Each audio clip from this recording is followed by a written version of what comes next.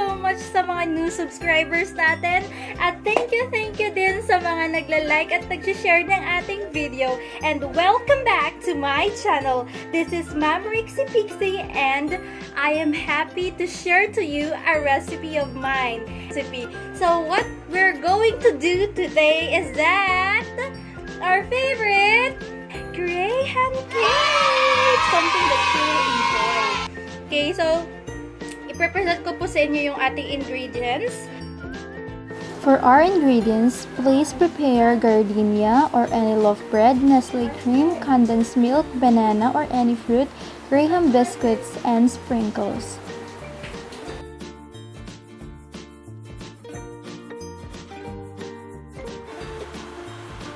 Before we start the process of making Graham cake, we should first make sure that our hands are clean. Lalong-lalo na po yung container na gagamitin natin sa paggawa ng Graham cake. Cleanliness is very important when it comes to food kasi it's what we take inside.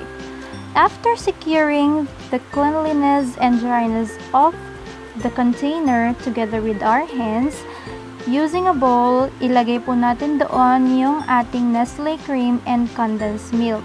Or kung meron kayong kondensada, it is better kasi mas cheap siya. Parang 2-in-1 guys.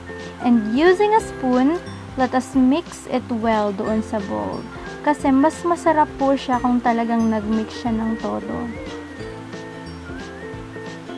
While mixing it, pwede na nating kunin ang ating container, ilagay natin sa harap or sa gilid natin para kapag gagawin na natin yung Graham cake, mas madali lang siya at mas maaabot mo.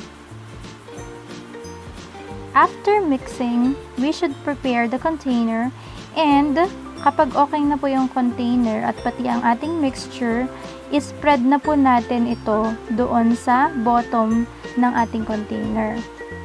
Equally mix it.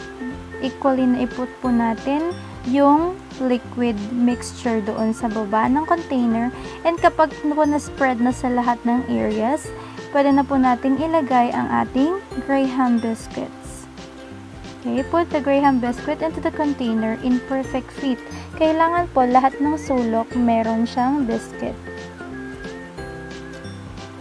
Kapag naman po hindi kasya yung malaki na biscuit, pwede po natin siyang putulin para po mag-fit siya. Gawin po natin ito hanggang lahat ng sulok ay nalagyan na. Ayan, kapag sa lahat po ng kanyang mga spaces ay nafilan na at wala nang natitira yan, ay ang susunod natin, lagyan ulit natin siya ng ating liquid mix. Okay, lagyan na naman natin siya. Spread na naman natin, dapat spread equally, and sa lahat dapat ng side, lahat ng banda, lahat ng surface. Kailangan po masaya tayo kapag tayo ay gumagawa ng pagkain. Huwag nyo lang iharap kasi pupunta yung laway ninyo dun sa food and it's yucky.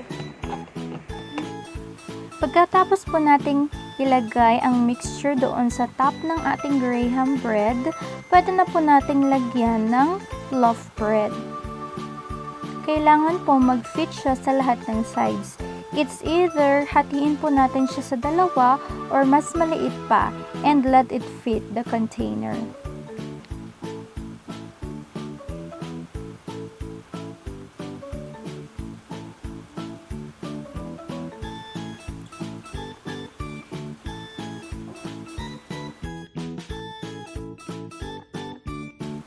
Kapag po meron na lahat ng sides ng loaf bread, pwede na po nating lagyan ulit ng mixture.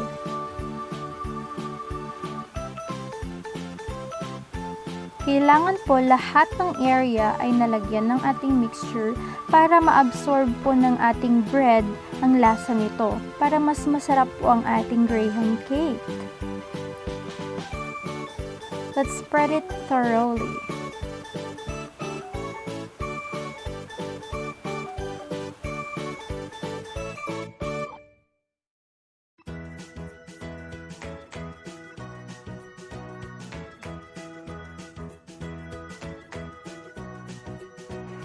Next naman na po sa ating process, pag nalagyan na natin at na-absorb na nung ating loaf bread yung ating mix, ay magsaslice na tayo ng kanyang filling. It's the banana.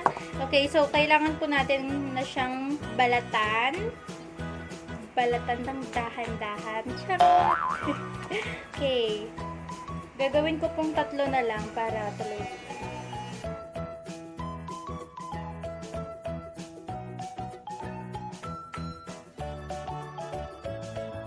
I-slice po natin siya kung gaano kalaki yung gusto ninyo.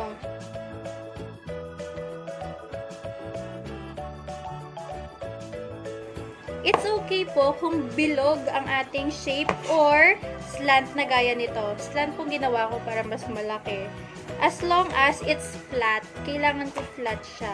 Kasi kapag po siya cubes, hindi maganda hindi siya mag-fit doon. Dapat flat siya.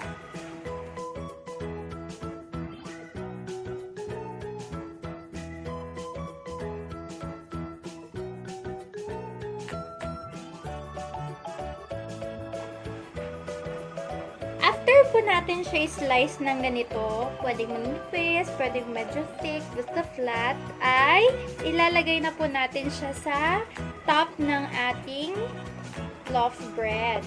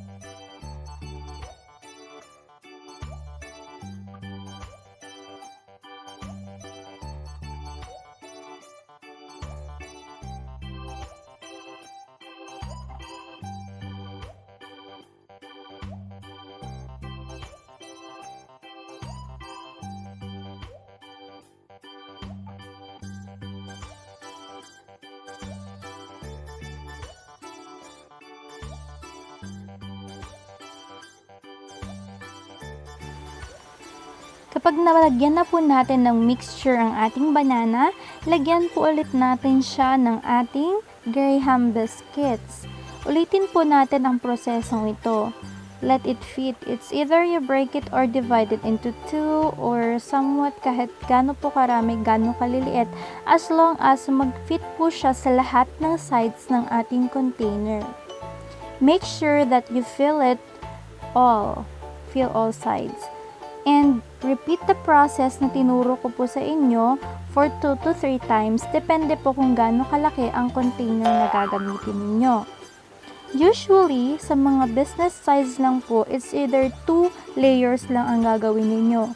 Pero dito po sa ating ginamit na container, it's either we use 4 layers or 5. Pwede din pong 3 kung gusto nyong konti lang. But as for me, I used 4 layers. Inulit ko po yung proseso ng 4 na beses.